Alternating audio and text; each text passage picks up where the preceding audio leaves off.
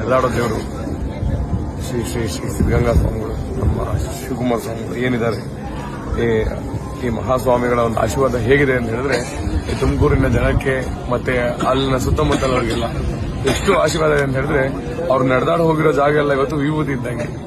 ತುಮಕೂರಿನ ಒಂದು ಧೂಳನ್ನು ತೆಗೆದು ಹಣೆಗೆ ಇಟ್ಕೊಂಡ್ರು ಅವನು ಅಲ್ಲಿಗೆ ಒಂದು ಆಶೀರ್ವಾದ ಆದಂಗೆ. ಅವನಿಗೆ ಬರೀ ಮಾಡ್ತಾರೆ ಹೋಗಿ ಸಾಕು, ವಿಭೂತಿ ಸಿಗ್ಲಿಲ್ಲ ತಲೆ ಕೆಡಿಸ್ಕೊಂಬೇಡ, ನಡೆದಾಳೋ ದೇವರು ಅಂತ ಯಾಕಂದ್ರೆ ಅವ್ರನ್ನ ಅಂತಹ ಒಂದು ದೈವ ಶಕ್ತಿ, ಅಂತಹ ಒಂದು ದಾಸೋಹ ಶಕ್ತಿ ಬಂದಿತ್ತು. ಇವತ್ತು ಅವ್ರು ಹಚ್ಚಿದ್ವಲ್ಲ ಯಾರಿಲ್ಲ. ಎಷ್ಟು ಮಟ್ಟಿಗೆ ತುಮಕೂರಿನ ಶಕ್ತಿ. ಒಂದು ದಾಸೋಹ 24 ಗಂಟೆಗಳನ್ನು ಒಲೆ ಉರಿತಾನೆ ಇರುತ್ತೆ, ಅರ್ಧ ರಾತ್ರಿ ಹೋಗು ಊಟ ಇರುತ್ತೆ. ಇದು ಸಿದ್ಧಗಂಗಾ ಮಹಿಮೆ. ಅಂತಹ ಒಂದು ಸಿದ್ಧಿ ಪುರುಷರ ಒಂದು ನಮ್ಗೆ ಅವರೊಂದು ಇದು ಬಂದಿದೆ, ನಮ್ಗೊಂಥರ ಹೆಮ್ಮೆ.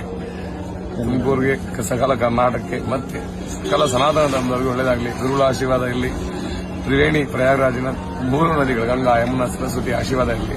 ಎಲ್ಲ ಸಕಲ ಸಾಧು ಸಂತರು, ಮಹಂತರು, ಸ್ವಾಮಿಗಳು ಮತ್ತೆ ನಮ್ಮ ಮಹಾಮಂಡಲೇಶ್ವರರ ಆಶೀರ್ವಾದ ಎಲ್ಲ ಸಕಲ ಸನಾತನ ಧರ್ಮದವರು ಇರಲಿ ಅಂತ ಹೇಳಿ ಆಶೀರ್ವಾದ ಮಾಡ್ತೀವಿ.